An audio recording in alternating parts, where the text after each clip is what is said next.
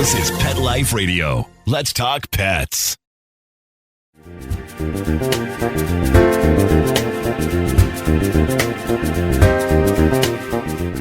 Welcome to the Hound Healer Reports, where I'll unpack natural healing news for you to take even better care of your pets and help them live longer, healthier lives. This is Jody Miller-Young. CBD has been a hot button of conversation in the pet space for the past few years. It's hard to meet a pet parent who hasn't tried CBD in one of its forms, but not all CBD is created equal, and there are ingredients in the best CBD products that you may not know about. Today, I'm sitting down with Amanda Howland, Chief Compliance Officer and co-founder of ElleVet, one of the premier CBD brands. In an article in The Strategist that I recently read, it says, and I quote, "The more we spoke with vets, the more we heard the same thing. ElleVet, a Maine-based company, is the gold standard for dog CBD," end quote. And that, my friends, is why I wanted to bring Amanda onto the show today to share with us what makes ElleVet so special and to teach us exactly how CBD works in our pets' bodies and what to look for in a CBD product. A little bit about Amanda before I introduce her. Amanda was instrumental in the development of ElleVet's proprietary product line. She has over 20 years of experience in public health research and marketing and has a Master of Public Health from the Private Research University of New England. I am so excited to welcome Amanda Howland. Hi, Amanda. Hi, thank you for having me. Thanks so much for joining us today. There's so much that I want to ask you and so much that I'd love for you to share with my audience. So today, there's definitely a movement towards natural healing for our pets. Pet parents are leading the charge, demanding options to heal naturally, gravitating towards those types of options. And it all goes back to rebalancing imbalances in the system, right? The cause really of all illness. So first, before we get into learning more about ElleVet, would you please explain to my listeners in layman's terms the endocannabinoid system and how and why CBD works in their pet's body? Yes, that's a great question. And I always say, you hear people saying, CBD works for everything. You can use it for your gut health. You can use it for stress. You can use it for basically anything. And that kind of makes people think, well, it can't possibly work for everything. So maybe the whole thing is a scam. But when you understand how the endocannabinoid system works, it kind of puts it all into perspective. So the endocannabinoid system is one of the oldest systems in the body, like the central nervous system. And its main job is to keep everything in balance and called homeostasis, which is just a state of balance and good health. So whatever is out of whack in the body, not really a technical term, but whether it be inflammation or stress, the job of the endocannabinoid system is to put it back into a state of good health and balance. So it works on whatever is wrong. And so the reason we haven't really heard about this until, fairly recently is that it's just the endocannabinoid system, while it's an old system, is just has not been studied by veterinarians or by human physicians. But fortunately, that is changing. That's wonderful because we know that unfortunately, med school for vets is lacking when it comes to nutrition, when it comes to complementary methods. And our pets would, fare so much better if there was a bigger picture view. So I'm very happy to hear that. Tell us about ElleVet and its mission, its science-based foundation, and what sets it apart, making many vets refer to it as the gold standard. Well, I think in general, there's a lack of research and science and data in cannabinoid fields. And, vets are very scientific people. They want to know if something works and they want to know if it's safe and they want to see proof, which as it should be. And it's just a very interesting industry in that it has largely been driven by pet owners saying, I've tried this for my dog, rather than something being researched, having clinical trials, introduced to vets, and then vets introducing it to pet owners. So when we first started, my partner, Christian, Karen, and I, we started looking, we thought, well, this is an interesting concept, using cannabinoids for dogs, but let's see what's out there for research. And we found that there was basically nothing. There's absolutely no proof in as far as clinical trials.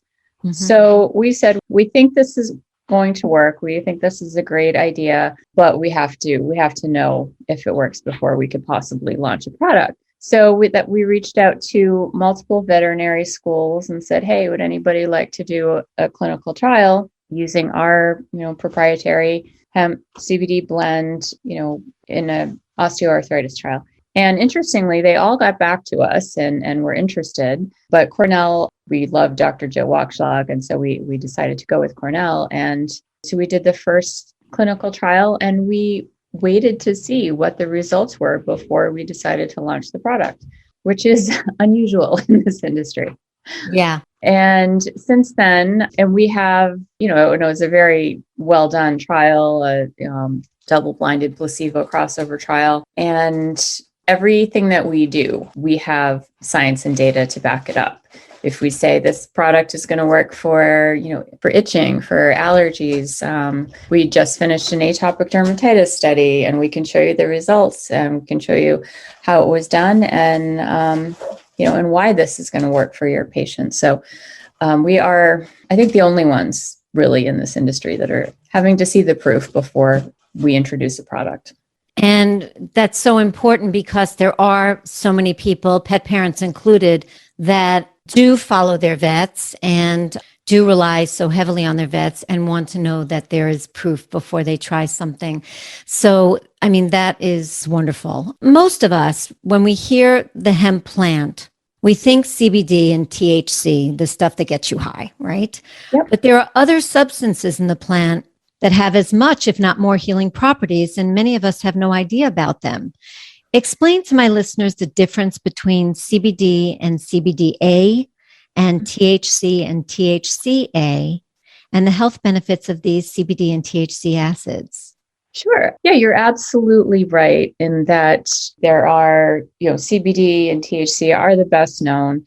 They're typically present in the highest percentages in the hemp plant, but an actual licensed real hemp plant will grow with below 0.3% THC. And that's important because you want to be able to extract, first, that's what makes it a legal hemp plant. But when you extract, you want to be able to use everything the plant has to offer instead of having to dilute or use an extraction process that will have to remove the THC, because you want the full spectrum, and that includes the acidic forms. And THC, of course, is toxic for dogs, so we don't recommend that above the 0.3% legal limit. That's very good for pet parents to know. Yes. Yes. It's, if you ever hear of a dog going to an emergency room for ingesting any sort of cannabinoids, it is THC, and that should never be given to dogs. Mm-hmm. But so the acidic forms, right from the beginning, we determined back in 2016 that we wanted a 50-50 blend of CBD and CBDA. At that time, we weren't so concerned with THCA. We just wanted to make sure those were below the legal limit, but we wanted half and half CBD, CBDA. And our trial was incredibly successful, and no one's been able to replicate the results that we had. And at this point, after years of digging deeper into the acidic forms, we know it's because we have the 50% CBDA. So the acidic forms are present in the plant as it's growing. It's sort of the natural state, and they become CBD or THC or CBG when heat is added.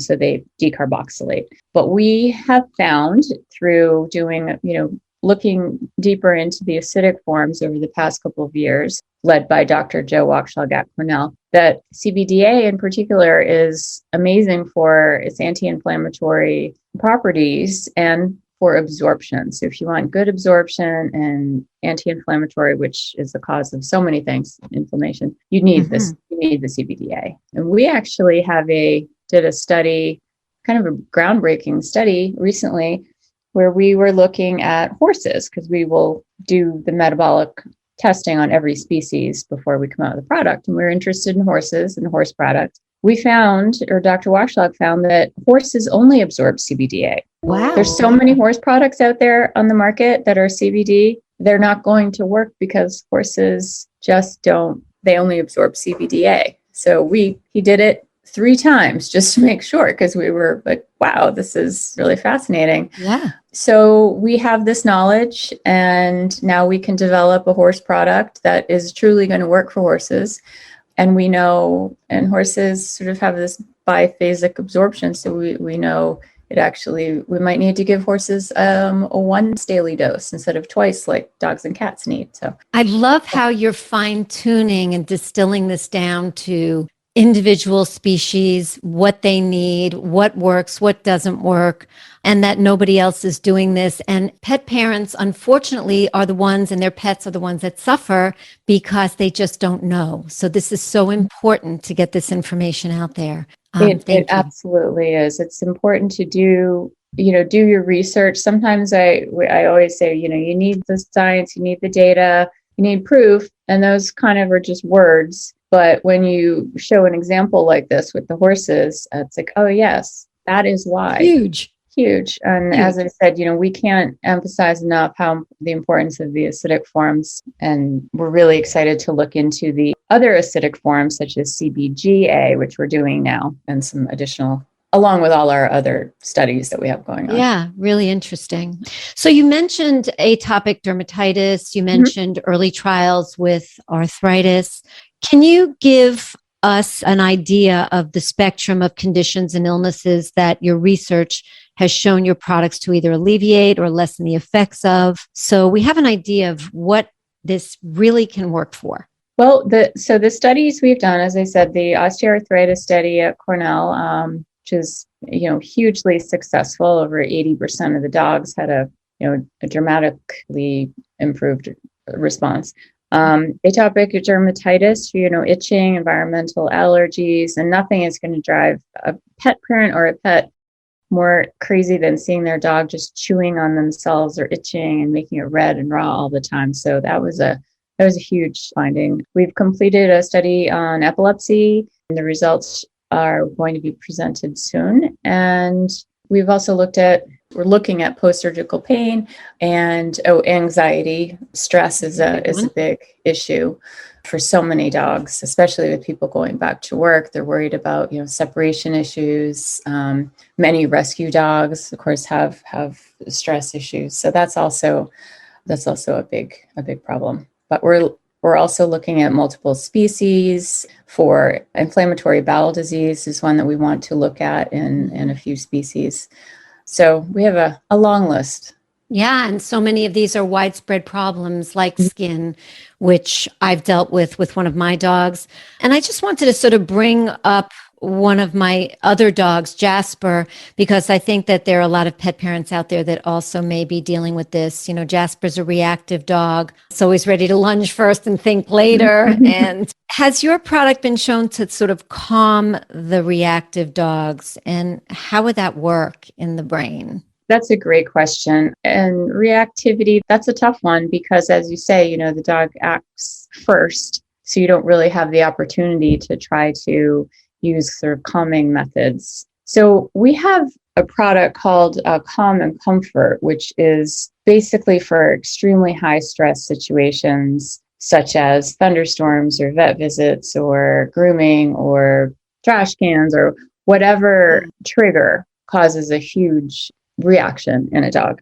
So it's a fairly high dose. It's our highest potency product, and it's meant to calm them, like genuinely have a calming effect, not a sedative effect, if it's introduced in about an hour and a half to 2 hours before the trigger. And it's been people love it. It's been very successful. So, but it is a tricky thing with dogs. So, we always say, if your dog is either aggressive or reactive, sometimes we don't know. If we don't know the root cause of it, then we can't say, oh yes, this is going to work. But it's worked so much for so many dogs that say, tear the house apart and hurt themselves during thunderstorms. We've been able to use this product at this dose and really help these dogs bring it down to sort of a manageable level. Yeah, I have two sort of follow-ups on what you just said. And one is, would we need to use the CBD an hour and a half before every incident? Or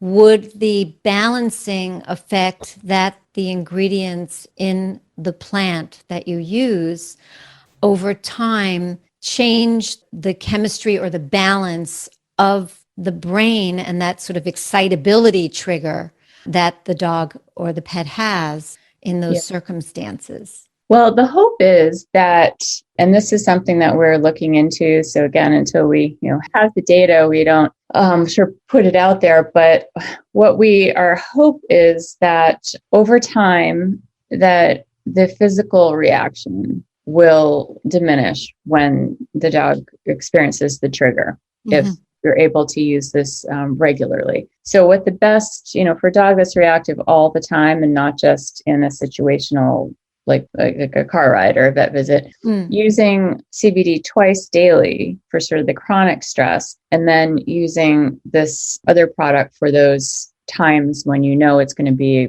a situation with the trigger that's going to cause extra reactivity. Over time, not having that strong physical response hopefully will cause it to diminish. Yeah, that's great advice. Thank you. Yeah. A lot of pet parents are dealing with things like mast cell. And I did, in the research that I did about ElleVet, came across that the endocannabinoid system being able to modulate inflammatory responses in the body. Would that also apply to situations like this where the product could help the body rebalance and those tumors disappear?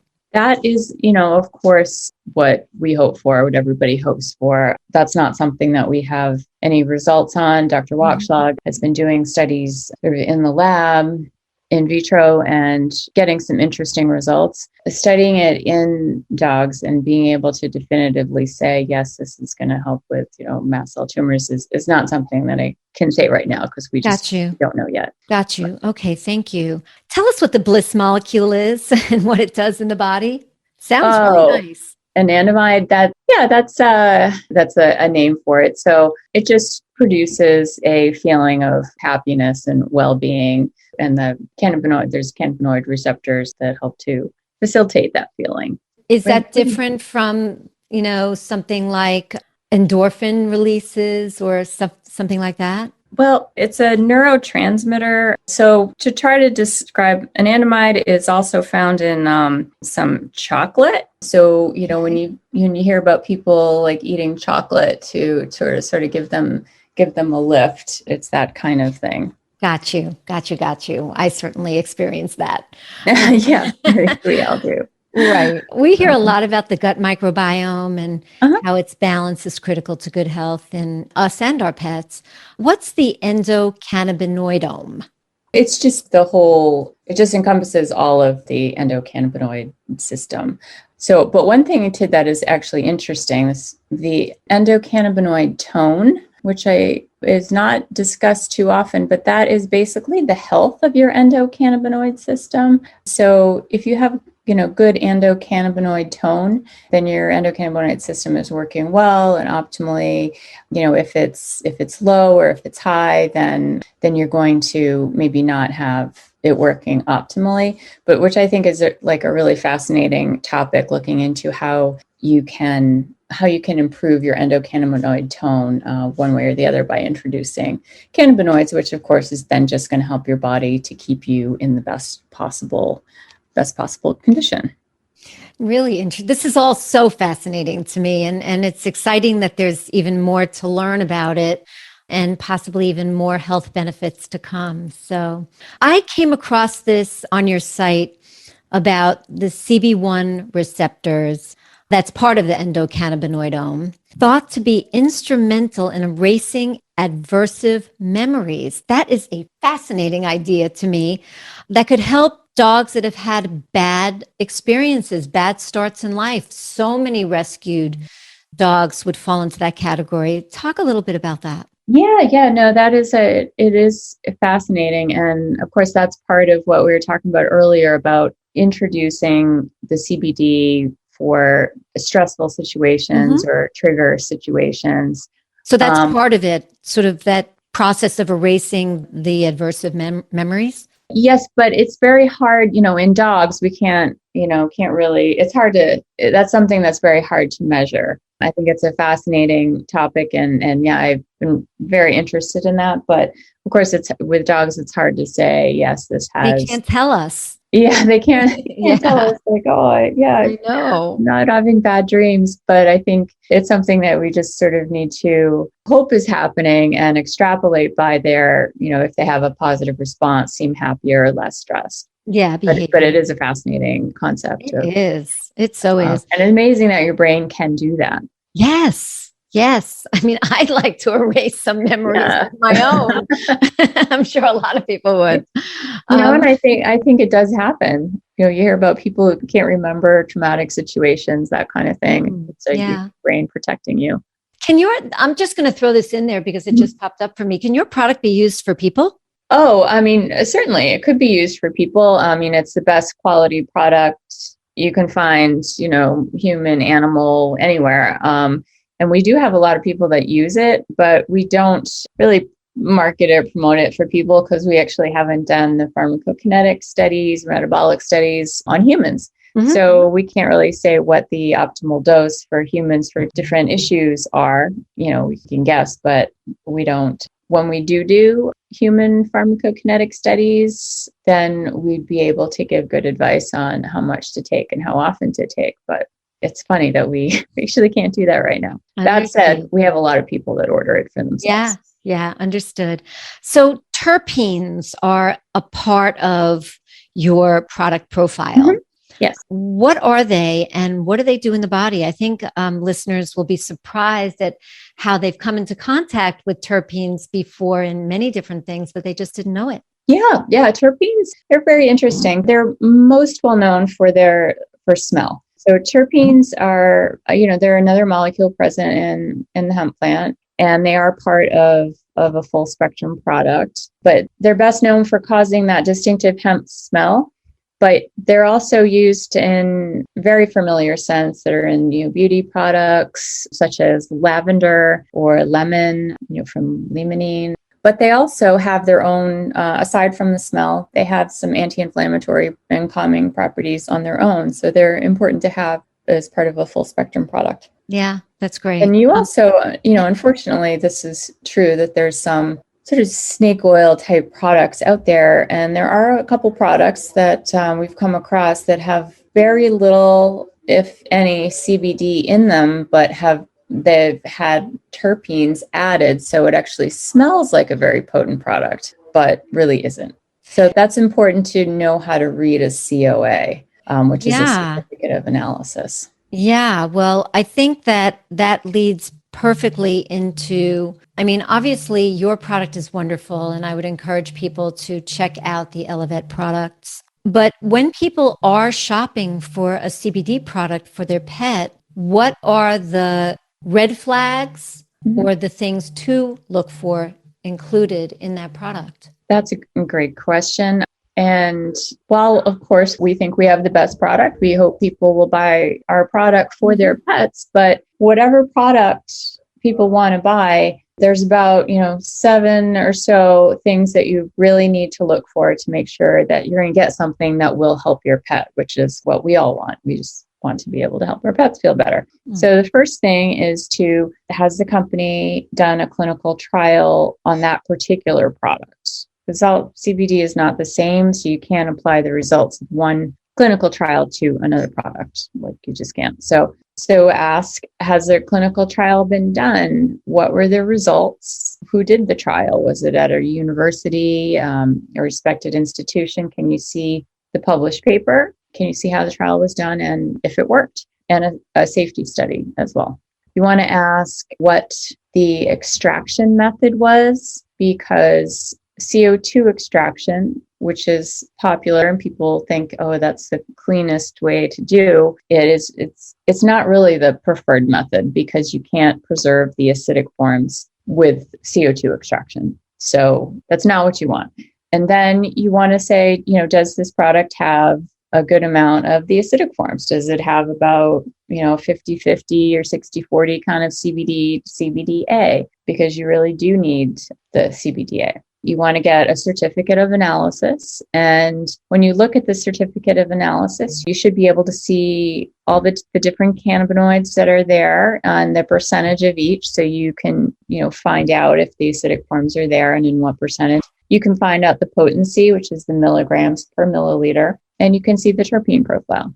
The company should also be able to, upon request, because they're not always just on the website, but upon request, they should immediately be able to provide you with a heavy metal pesticide and mold report showing that they're clean. And it's great if a company is a NASC member, which is the National Animal Supplement Council. NASC does not regulate efficacy, whether a product works or not, but what they do regulate is quality standards. So if they're a NASC member, then you know that they're following the quality standards for a supplement. Oh, and this is a really important one. Does the company grow their own product? Because many products out there, the vast majority, are all bought from the same few bulk manufacturers out in Colorado or Kentucky. And so basically a lot of the products on the shelves or in stores or you can buy online, they're all buying from the same bulk manufacturer and it's the same product that you can buy at the mini mart on the corner. It's just in different packaging and there's no control over how those products are grown. And typically they're all also extracted with CO2 extraction. So that's a big red flag. Got you. And I'm assuming ElleVet grows its own. We do. Yeah. We have control from seed all the way through manufacturing. We grow our own, we extract, we have a lab on site and we manufacture all our products in-house. And we have third-party testing like every step of the way. Perfect. I would love to leave listeners with a story, if you have one, a success story you might like to share about an ElleVet pet. Sure. Oh, yes. Awesome. We have so many. We absolutely love it when people will send us pictures and stories. But I will tell you about Annie, who is really one of our first dog customers. So she was a 13-year-old German Shepherd. And she was very old and incredibly sore. And her owner actually had a euthanasia date scheduled for her. Her vet convinced her to enroll in the trial that was being done at Cornell as a last-ditch effort. And it was a placebo crossover study, meaning that some dogs, it was all blinded. So some dogs were in a placebo group for a month, and then they switched over to the real group and vice versa. So the first, couple of weeks, pet owner didn't notice any difference in Annie, and she begged to be released from the study and to have her euthanized because it was very hard for her to see her pet suffering. Mm-hmm. The vet said, can you just hold on, another week? Let's see what group you're in. Let's see if anything happens when you switch to the different group. She switched to the different group. And 3 days later, she was in Dr. Wachschlag's office crying because Annie went up the stairs for the first time in years and to sleep at the foot of their bed. And she was playing with her toys and her Frisbee, and she was interacting with the family. And Dr. Wachschlag said, she's like, I've never had anybody come crying in my office for any other product. So this is pretty great. And she lived for 2 more years. It was incredible. So we supplied her with product for the rest of her life. And she kept us updated. So we gave her 2 more years of happy, good quality of life with. So that means a lot to all of us. My God. Talk about her all the time. Yeah. It is a beautiful story. And I think many of our listeners who have senior pets can relate to something like this. Quality of life is everything, no matter what the age. And it is. Yeah. It is. If you can help provide that is priceless. Where can people find you if they want to learn more or purchase your product? So we sell through veterinarians, so, all over the country, but our website is ElleVetSciences.com, and people can purchase products directly from us. And we have an amazing customer service team to answer questions. Dosing is incredibly important. So we encourage people to call us for kind of personalized dosing for their dog. Anxiety has a different dose. Stress has a different dose than discomfort. So we always encourage people to ask us so we can we can come up with a personalized plan for every dog. Perfect. Amanda, thanks so much for being here today. I hope this has been as enlightening to listeners as it has been for me. And yeah, thank you all for listening. Join me next time to learn about cutting edge products and technologies to help naturally heal our pets. We as pet parents have so many more options today to avoid the imbalances and side effects pharmaceuticals cause when we can. So until next time, this is Jody Miller-Young of the Hound Healer Reports signing out. To their health. Let's Talk Pets every week on demand, only on PetLifeRadio.com.